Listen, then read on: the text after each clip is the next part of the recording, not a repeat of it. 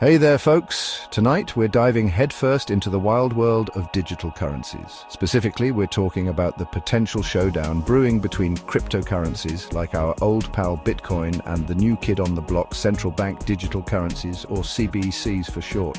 Imagine a world where your hard-earned cash goes digital, but instead of living in your bank account, it chills with the government. That's the basic gist of CBDCs.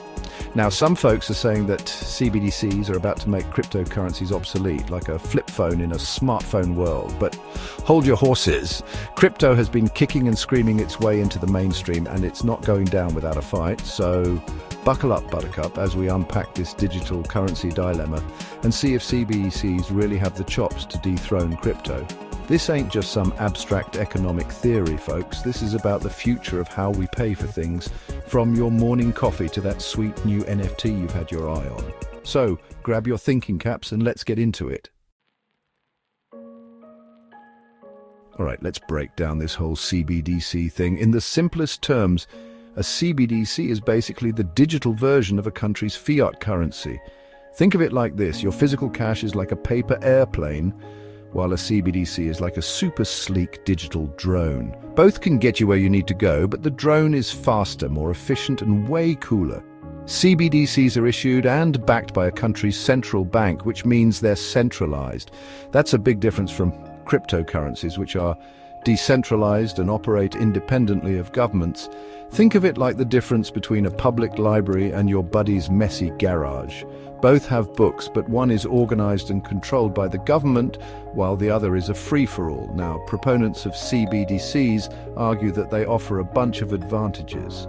They can make transactions faster, cheaper, and more secure. They can also help governments implement monetary policy more effectively and combat financial crimes like money laundering. Sounds pretty good, right? Well, as with most things in life, there's a flip side. Here's where things get interesting. Cryptocurrencies and CBDCs have fundamentally different DNA. Cryptocurrencies like Bitcoin and Ethereum are decentralized. That means they're not controlled by any single entity, like a government or a bank. Instead, they rely on a distributed ledger technology called blockchain, which is like a public record of all transactions that's maintained by a network of computers. This decentralization is a big deal for crypto enthusiasts. It means that cryptocurrencies are resistant to censorship and government interference. You can't just shut down Bitcoin because there's no single point of control. It also means that transactions can be more transparent and secure, since they're verified by the entire network. CBDCs, on the other hand, are centralized. They're issued and controlled by governments, which gives them more control over the money supply and monetary policy. This can be a good thing in terms of stability and regulation, but it also raises concerns about privacy and government overreach. Imagine a world where the government can track every single penny you spend. That's the potential dark side of CBDCs. So we've got decentralized cryptocurrencies championing freedom and privacy, and centralized CBDCs promising stability and control. It's a classic battle of ideologies, folks, and it's playing out right before our eyes in the digital realm. Section 4, the case for CBDC domination. Governments flex their muscles. Now, let's talk about why some people think CBDCs might just kick crypto to the curb. First off, governments are backing them, and they've got a lot of clout. When governments put their weight behind something, it tends to get noticed. They can incentivize the use of CBDCs, integrate them into existing financial systems, and even make it difficult to use cryptocurrencies. Second, CBDCs are designed to be more accessible to the average person. They can be easily integrated into existing payment systems, making it simple for people to use them in their everyday lives.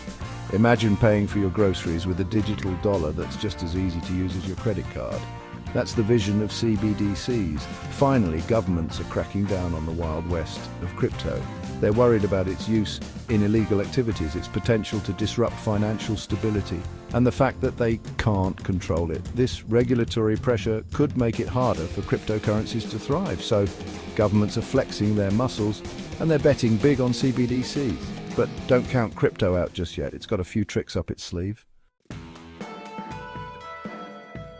Section 5. Crypto strikes back, why Bitcoin and company won't go down without a fight.